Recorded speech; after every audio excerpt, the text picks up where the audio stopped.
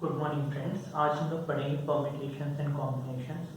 हम permutations and combinations को ऐसे पढ़ेंगे कि आप किसी भी कॉम्पिटिटिव एग्जाम का कोई भी क्वेश्चन परम्यूटेशन एंड कॉम्बिनेशन का लगा सकेंगे। तो आइए शुरू करते हैं। सबसे पहले चीज़ है कि परम्यूटेशंस क्या होता है। So permutations is nothing but arrangements. अगर मेरे पास दो चीज़ें दी हुई हैं ए और बी, तो मैं उन्हें ए और बी तो मैं उन्हें किन किन तरीक़ों से अरेंज कर सकता हूँ। या तो मैं ए बी लिख सकता हूँ या फिर बी ए लिख सकता हूँ। जो परम्यूटेशन होता है वो कॉम्बिनेशन से अलग ऐसे होता है कि कॉम्बिनेशन में हम सिर्फ कॉम्बिनेशन कंसिडर करते हैं और हमें ऑर्डर ऑफ थिंग्स से कोई मतलब नहीं होता है। यानी जब हम कॉम्बिनेशन कंसिडर करेंगे तो ए बी और बी ए दोनों सेम चीज़ें होंगी, लेकिन जब हम परम्यूटेशन कंसिडर करेंगे, क्योंकि परम्यूटेशन का मतलब अरेंजमेंट होता है, इसलिए ए बी और बी ए अलग अलग चीज़ें होंगी। तो मान लीजिए हमारे पास चार चीज़ें हैं A B C and D और हमें इनके परम्यूटेशंस लिखने हैं taking one at a time. तो या तो ए ले सकते हैं, या तो बी ले सकते हैं, या तो सी ले सकते हैं, या डी ले सकते हैं। तो ए बी सी डी के permutations, number of permutations taking one at a time 4 के बराबर हो जाएंगे। अब मान लीजिए हम कहते हैं taking two at a time, तो taking two at a time के कितने परम्यूटेशंस हो सकते हैं। या तो ए बी हो सकता है, या तो ए सी हो सकता है, या तो ए डी हो सकता है, या फिर बी ए हो सकता है, बी सी हो सकता है, बी डी हो सकता है, सी ए हो सकता है, सी बी हो सकता है, सी डी हो सकता है, डी ए हो सकता है, डी बी हो सकता है, या डी सी हो सकता है। अगर हम इसे कैलकुलेट करें तो नंबर आएगा 12। यहाँ पे इम्पोर्टेंट बात समझने की ये है कि ए बी और बी ए दोनों अलग अलग परम्यूटेशंस हैं और दोनों को अलग अलग कंसिडर किया जाएगा, क्योंकि हम जब भी परम्यूटेशन बोलते हैं तो परम्यूटेशन का मतलब होता है अरेंजमेंट से, और ए बी और बी ए दोनों अलग अलग अरेंजमेंट हैं। अब अगर हम ये कैलकुलेट नहीं करना चाहते हैं, डायरेक्टली कोई फॉर्मूला होना चाहिए जिससे हम गिवन नंबर ऑफ चीज़ों के परम्यूटेशंस डायरेक्टली निकाल सकें, तो वो अब हम लिखने जा रहे हैं। तो आई होप आपने ये नोट डाउन कर लिया होगा।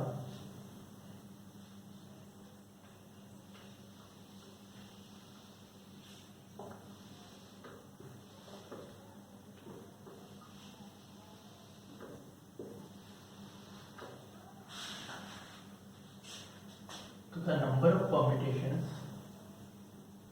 the number of permutations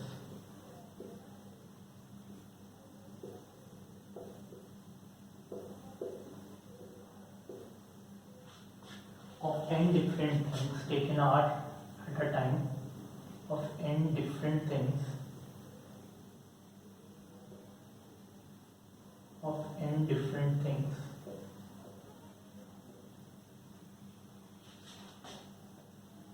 taken r at a time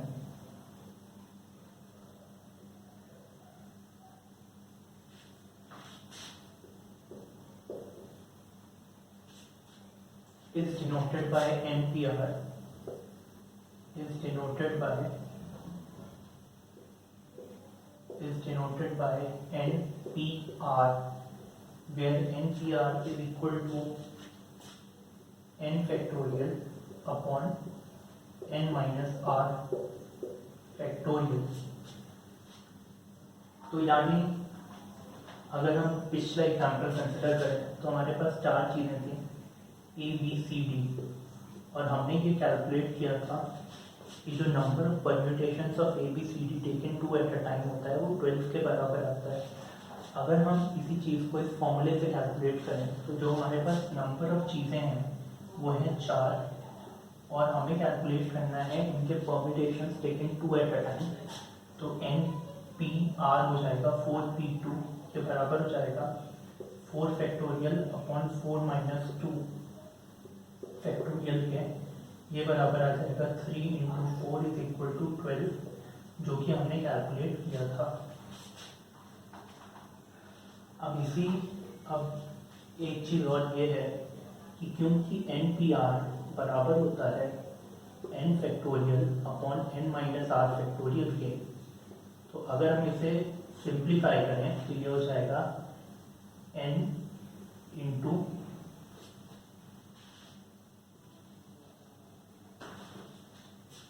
ये हो जाएगा n into n minus one into n minus two up to n minus R plus one. तो ये हमें याद रखना है कि जो NPR होता है वो बराबर होता है n into n minus one into n minus two up to n minus R plus one के। तो अभी क्वेश्चन करते हैं हम लोग।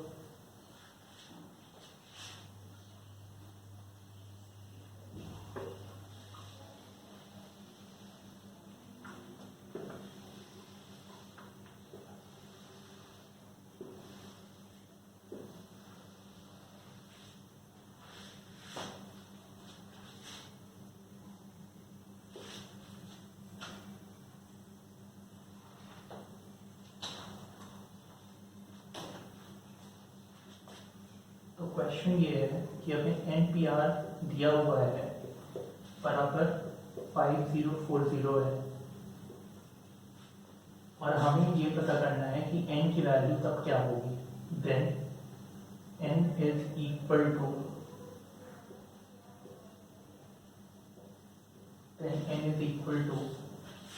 A 10 B 11 C 12 या D 13।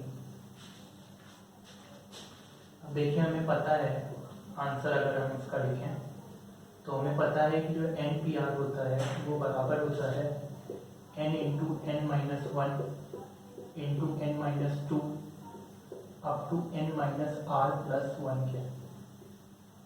बाय ऑब्जर्वेशन हम ये कह सकते हैं कि हमें 4 कंसेक्टिव नंबर्स चाहिए, 4 5 6 जितने भी कंसेक्टिव नंबर्स चाहिए, क्योंकि n minus R plus one, n minus R से लेकर n minus two, n minus one up to n, ये सारे कंसेक्टिव नंबर्स हैं। तो हमें प्रोडक्ट ऑफ 4 5 6 3 2 जितने भी नंबर कॉन्सेक्टिव नंबर्स का प्रोडक्ट जो है वो 5040 के बराबर होना चाहिए। तो बाय ऑब्जर्वेशन में ये देख सकते हैं कि अगर n जो है वो बराबर हो जाए 10 के, और हम 10 क्यों ले रहे हैं क्योंकि हमें ऑप्शंस में 10 11 12 या 13 दिया हुआ है। तो हम A से चेक करना शुरू करेंगे, A नहीं सेटिस्फाई करेगा तो B पे जाएंगे, नहीं तो C पे जाएंगे, नहीं तो D पे जाएंगे। अगर n 10 है तो n 10 n माइनस वन जो है वो हो जाएगा 9, n माइनस टू जो है वो हो जाएगा 8, n माइनस थ्री जो है वो हो जाएगा 7, और 7 8 9 10 ये सारे कंसेक्टिव नंबर्स हैं। और अगर हम ऑब्जर्व करें तो इनका जो प्रोडक्ट आता है, product of 10 into 9 into 8 into 7 को बराबर आ जाता है 5040 के। देयर बाय जो हमारा आंसर है n जो हमारा है वो 10 के बराबर हो जाएगा, उसके बाद n minus one 9, n minus to 8 और n माइनस थ्री 7। और n माइनस थ्री तक ही क्यों जाएगा क्योंकि सीरीज जाती थी n माइनस वन से लेकर n minus R plus one तक। और इस पर्टिकुलर केस में जो हमारा r है वो क्या हो जाएगा, जो हमारा n minus R plus one है वो 7 है, n हमारा 10 है, तो 10 minus R plus one is equal to 7। तो इस केस में जो r की वैल्यू है वो बराबर हो जाएगी 11 माइनस 7 यानी 4 के बराबर। यह हमें कैलकुलेट नहीं करनी है, लेकिन मैंने आपको दिखाने के लिए ये दिखाया कि r की वैल्यू इस केस में क्या होगी, जहाँ की जहाँ पे n की वैल्यू जो है वो 10 के बराबर है। अब नेक्स्ट चीज आती है कॉम्बिनेशन। अभी तक जो हमने किया वो किया परम्यूटेशन, अब हम आते हैं कॉम्बिनेशंस पे।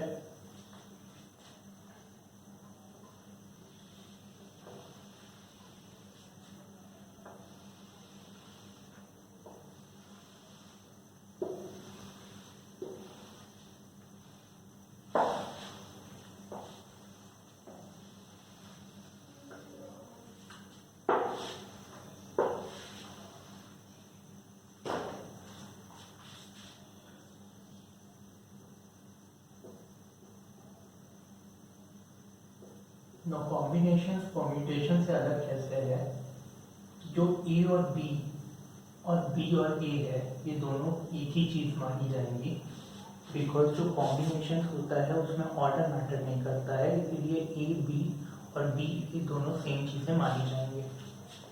तो अगर अगेन हम कंसिडर करें कि A B C D are four different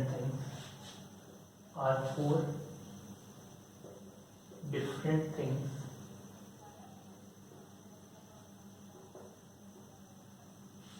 and इनके कॉम्बिनेशन हमें फाइंड करने हैं taken two at a time. तो नंबर ऑफ कॉम्बिनेशन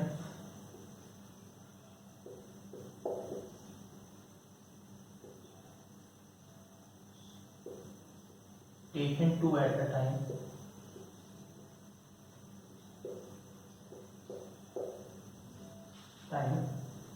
ये बराबर हो जाएगा।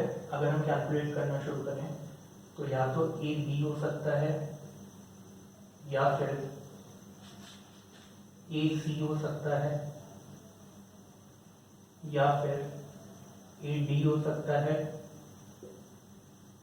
या फिर बी सी हो सकता है, या फिर बी डी हो सकता है, या फिर सी डी हो सकता है। तो अगर हम इन्हें कैलकुलेट करें तो ये वैल्यू आ जाएगी 6। अब देखिए जब हमने कैलकुलेट किया था taken two at a time number of permutations of A B C D के, तो वैल्यू 12 आई थी। इस केस में वैल्यू 6 आई है, दैट इज एग्जैक्टली हाफ। ऐसा क्यों हुआ है? क्योंकि उस पर्टिकुलर केस में, दैट इज परम्यूटेशंस के केस में, ए बी पी ए दोनों अलग अलग चीज़ें थी, सी डी डी सी दोनों अलग अलग चीज़ें थी, लेकिन इस पर्टिकुलर केस में ए बी और बी ए एक ही चीज़ है, बी सी और सी बी एक ही चीज़ है, इसीलिए जो टोटल नंबर ऑफ परम्यूटेशन हैं वो सिर्फ 6 के बराबर हो जाएंगे। तो अब हम फिर से फॉर्मूला लिखते हैं। दैट इज इम्पॉर्टेंट थिंग क्या है कि there is no preference for order in combination, there is no preference for orders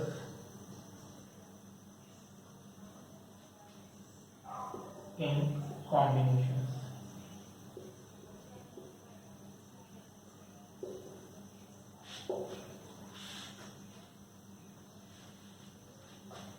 So again, the number of combinations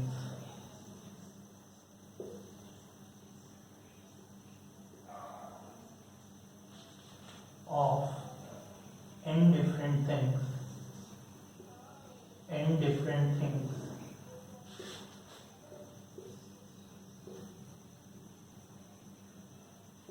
taken r at a time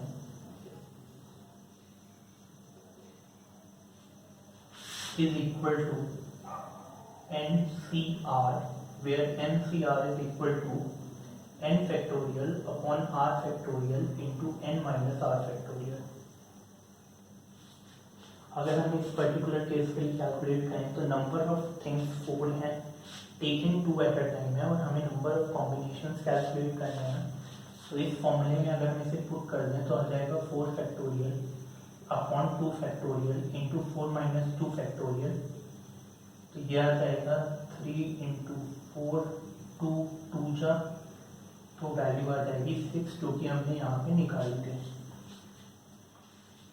तो आई होप ये concept clear हो गया है that the number of combinations of n different things taken r eight a time is equal to NCR, where NCR is equal to n factorial upon r factorial into n minus r factorial।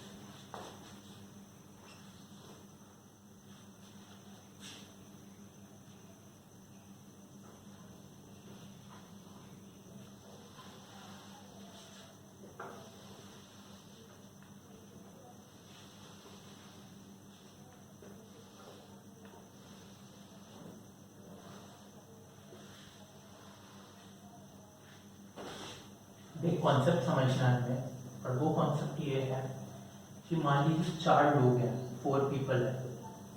Now 4 people form 1 group,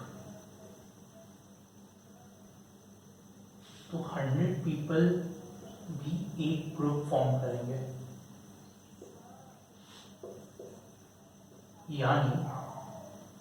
यानी अगर मैं कहूँ कि मान लीजिए 5 main हैं, 4 ladies हैं और हमें एक कमेटी फॉर्म करनी है जिसमें कि 5 लोग हों। हमें एक कमेटी फॉर्म करनी है जिसमें कि 5 लोग हों। तो और हम ये चाहते हैं कि इस कमेटी में एटलीस्ट 1 लेडी हो, एटलीस्ट 1 लेडी हो। तो हम कमेटी कैसे फॉर्म कर सकते हैं? अगर मैं कहूँ what are the number of committees possible, number of committees possible, तो हम कैसे चूज कर सकते हैं कमेटी? कि हम 4 मेन ले लें और 1 लेडीज ले लें, क्योंकि हमें दिया गया है कि मिनिमम 1 लेडीज होनी चाहिए कमेटी में। या हम क्या कर सकते हैं कि हम 3 मेन ले लें और 2 लेडीज ले लें। या हम क्या कर सकते हैं कि हम 2 मेन ले लें और 2 लेडीज ले लें, 3 लेडीज ले लें। या हम क्या कर सकते हैं कि हम 1 मेन लें और 4 लेडीज ले लें।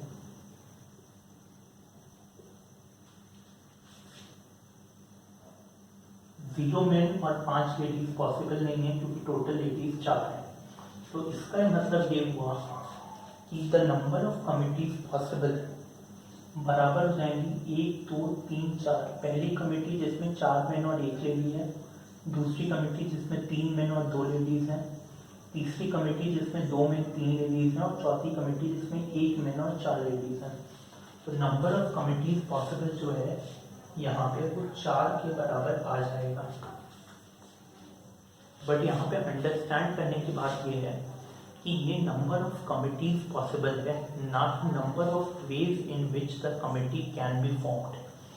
अभी हम आगे जब जाएंगे तो हम देखेंगे अगर इसी क्वेश्चन में हमें निकालना हो number of ways in which the committee can be formed तो वो कैसे निकालेंगे। बट अभी जो हमने निकाला वो है कि अगर हमारे पास ये केस दिया हुआ है तो नंबर ऑफ कमिटीज 4 तरह की हो सकती हैं। एक जिसमें 1 लेडी हो, दूसरी जिसमें 2 लेडी हो, तीसरी जिसमें 3 लेडी हो, चौथी जिसमें 4 लेडीज हों। आई रिपीट कि इस पर्टिकुलर क्वेश्चन में जो हमने निकाला है वो ये निकाला है कि अगर हमारे पास 5 मेन हैं, 4 लेडीज हैं और हमें 5 लोगों की कमेटी बनानी है जिसमें कि एटलीस्ट 1 लेडी हो, तो 4 तरह की कमिटीज पॉसिबल हैं। लेकिन ये number of ways in which the committee can be formed नहीं दर्शाता है, वो हम आगे सीखेंगे कैसे कैलकुलेट करना है। हम क्वेश्चंस करेंगे कुछ।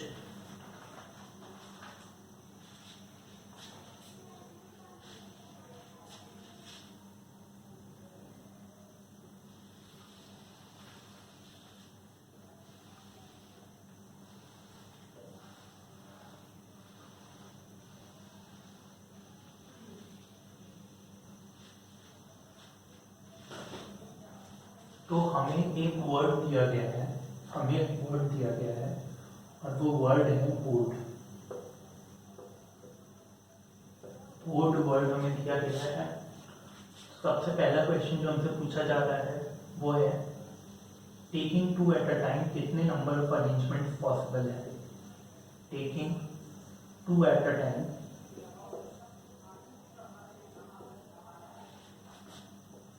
number of arrangements possible, number of arrangements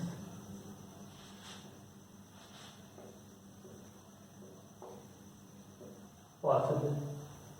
तो देखिए इसके लिए हमने डायरेक्ट फॉर्मूला पढ़ा है कि बोर्ड में नंबर ऑफ टर्म्स कितने हैं 5 एंड 5 हैं, टेकिंग 2 एट अ टाइम है तो 8 2 हो जाएगा।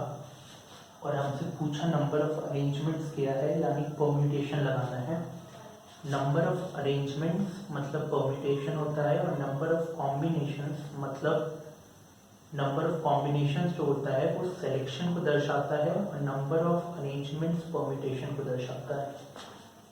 तो इस पर्टिकुलर केस में आंसर हो जाएगा 5p2, क्योंकि हमें अरेंजमेंट पूछा गया है। ये बराबर हो जाएगा 5 factorial upon 5 minus 2 that is 3 factorial. तो आंसर आ जाएगा 4 into 5 that is 20।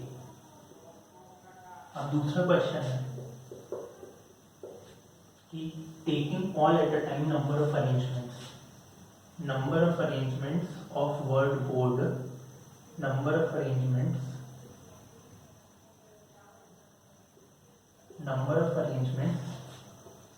taking all at a time.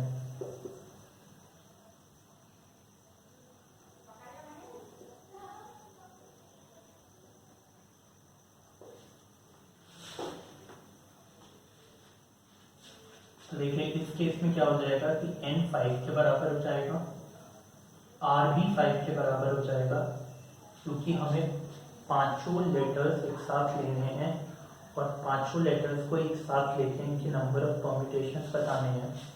तो ये बराबर हो जाएगा 5p5 के, जो बराबर हो जाएगा 5 factorial upon 5 minus 5 factorial that is 0 factorial के।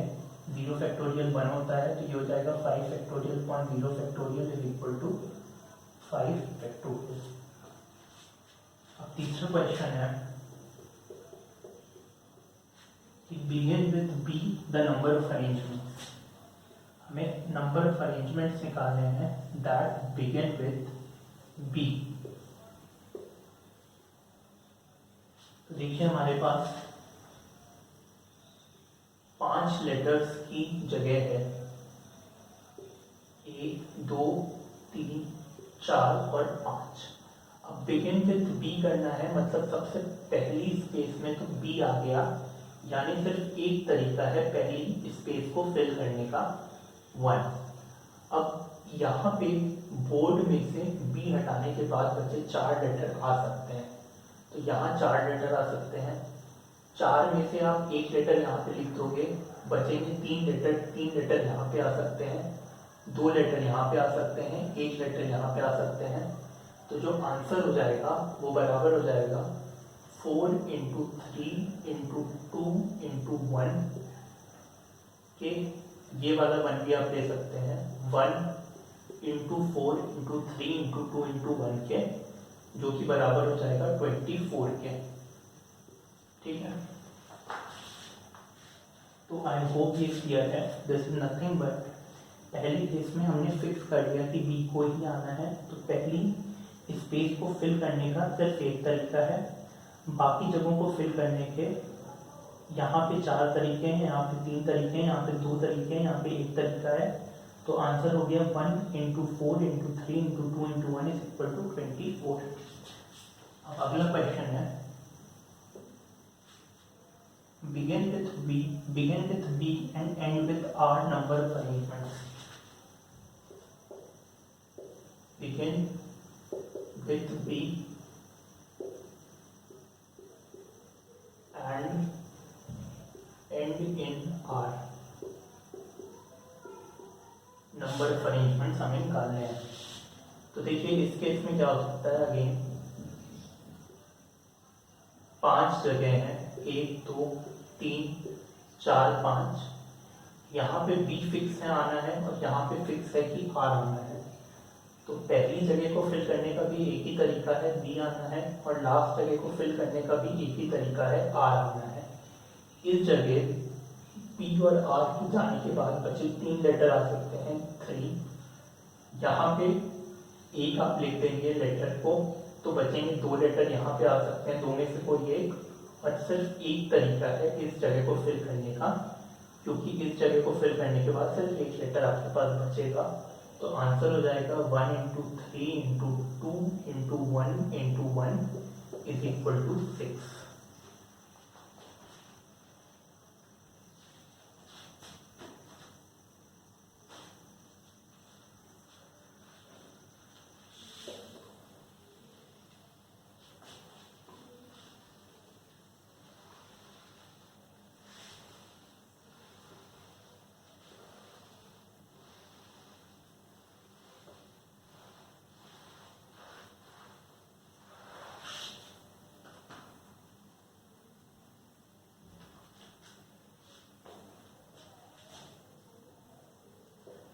क्वेश्चन है, देखिए अगले क्वेश्चन इसी का कंटिन्यूएशन है कि हमें जो दिया गया है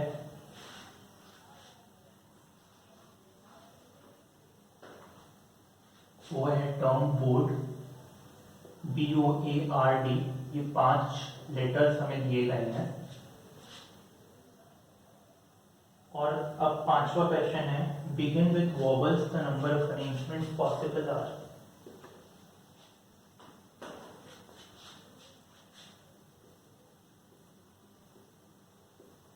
Begin with vowels, the number of arrangements possible are। तो देखिए begin with vowels में क्या होगा, अगेन 5 जगह हैं, लेकिन देखिए begin with vowels यहाँ पे सिर्फ 2 वॉवल हैं, या तो O है या तो A। तो यहाँ पे सिर्फ 2 चीजें आ सकती हैं, या तो A आ सकता है या तो O आ सकता है पहली जगह पर। अब जब आप O या A में से एक चीज पहली जगह पे लिख देंगे, उसके बाद बचेंगे 4 टर्म्स। 4 में से कोई भी टर्म यहाँ पे आ सकता है, बचेंगे 3 टर्म, 3 में से कोई भी एक यहाँ आ सकता है, 2 में से कोई भी एक यहाँ आ सकता है और एक यहाँ पे आ सकता है। तो जो आंसर हो जाएगा वो हो जाएगा 2 × 4 × 3 × 2 × 1, जो कि आ जाएगा 48। नेक्स्ट है together with vowels the number of arrangements. तो नेक्स्ट पूछा गया है, आई रिपीट, जो पहला क्वेश्चन कर रहे हैं शायद को दिख नहीं रहा था, ऊपर बोर्ड लिखा था मैंने, तो मैं रिपीट कर दे रहा हूँ कि जो पहला क्वेश्चन हमने किया उससे लेकर के 6 क्वेश्चन हम करने जा रहे हैं। हम डिफरेंट क्वेश्चंस कर रहे हैं, लेकिन जो हमने वर्ड लिए हैं, जो हमने लेटर लिए हैं वो सेम है, BOARD, बोर्ड। बोर्ड के 5 लेटर से हम सारे क्वेश्चंस कर रहे हैं। तो छठा क्वेश्चन है, together with vowels the number of arrangements. Together with vowels the number of arrangements, the number of arrangements. अब देखिए इस टाइप के क्वेश्चंस को कैसे करना है कि हमें अज्यूम करना है कि जो वॉवल्स हैं वो एक ग्रुप बनाते हैं। तो हम मान लेंगे कि वॉवल्स O और A जो है वो एक ग्रुप है, क्योंकि हमेशा इन्हें हमें साथ में रखना है।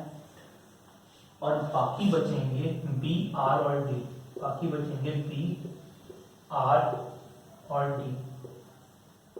अब देखिए हमारे पास O, A को अगर हम एक ग्रुप मान रहे हैं तो हमारे पास टोटल 4 लेटर्स हैं, OA, B, R और D, और हमें इनकी नंबर ऑफ अरेंजमेंट्स कैलकुलेट करना है। तो 4 चीज़ों के अरेंजमेंट्स नंबर ऑफ कितने हो जाएंगे, 4 फैक्टोरियल। लेकिन OA भी 2 तरीके से लिखा जा सकता है, OA या फिर AO, तो इसलिए इंटू 2 फैक्टोरियल। तो ये आंसर हो जाएगा इसका। फिर क्वेश्चन है, begin with consonants together, number of arrangements। 7th question है, begin with consonants together।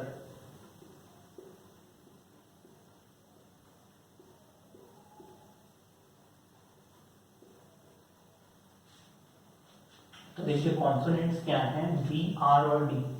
अब अगेन हम मानेंगे कि B, R और D एक ग्रुप है।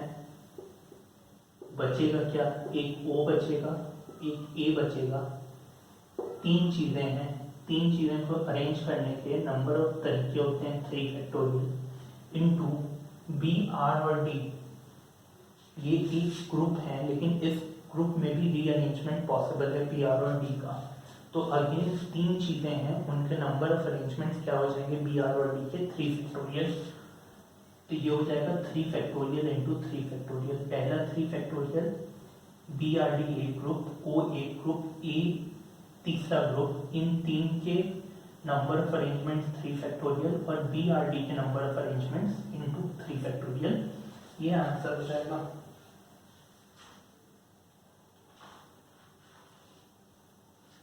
आई होप आपने ये नोट डाउन कर लिया है।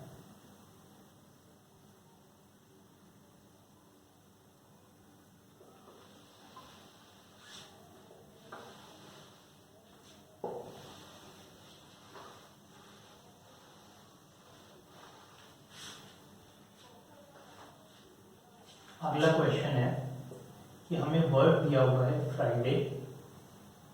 अगला क्वेश्चन है कि हमें वर्क दिया हुआ है फ्राइडे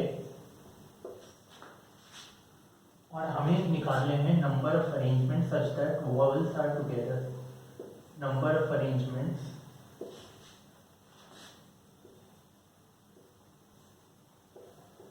विथ वॉवल्स टुगेदर। देखिए फिर वही बात है, यहाँ पे वॉवल्स क्या क्या है, आई है, ए है, बस दो वॉवल्स हैं हमारे पास। तो हम इन दोनों को एक ब्लॉक मान लीजिए, आई और ए को। बचेगा एफ, आर, डी और वाई। तो टोटल हमारे पास कितनी चीजें हैं, 1 2 3 4 5। तो आंसर हो जाएगा इन 5 को अरेंज करने के 5 फैक्टोरियल तरीके इनटू आई और ए दो चीजें हैं, ये किसी तरीके से अरेंज किए जा सकते हैं 2 फैक्टोरियल। तो आंसर हो जाएगा 5 फैक्टोरियल इंटू 2 फैक्टोरियल। तो आई होप आज मैंने जितना आपको समझाया वो समझ में आ गया होगा और नेक्स्ट टाइम जब हम मिलेंगे तो यहीं से आगे कंटिन्यू करेंगे। अगर आपको मेरा ये वीडियो पसंद आया हो तो प्लीज़ लाइक करिएगा, सब्सक्राइब करिएगा मेरे चैनल को, शेयर करिएगा वीडियो को और नीचे कमेंट करिएगा और थैंक यू।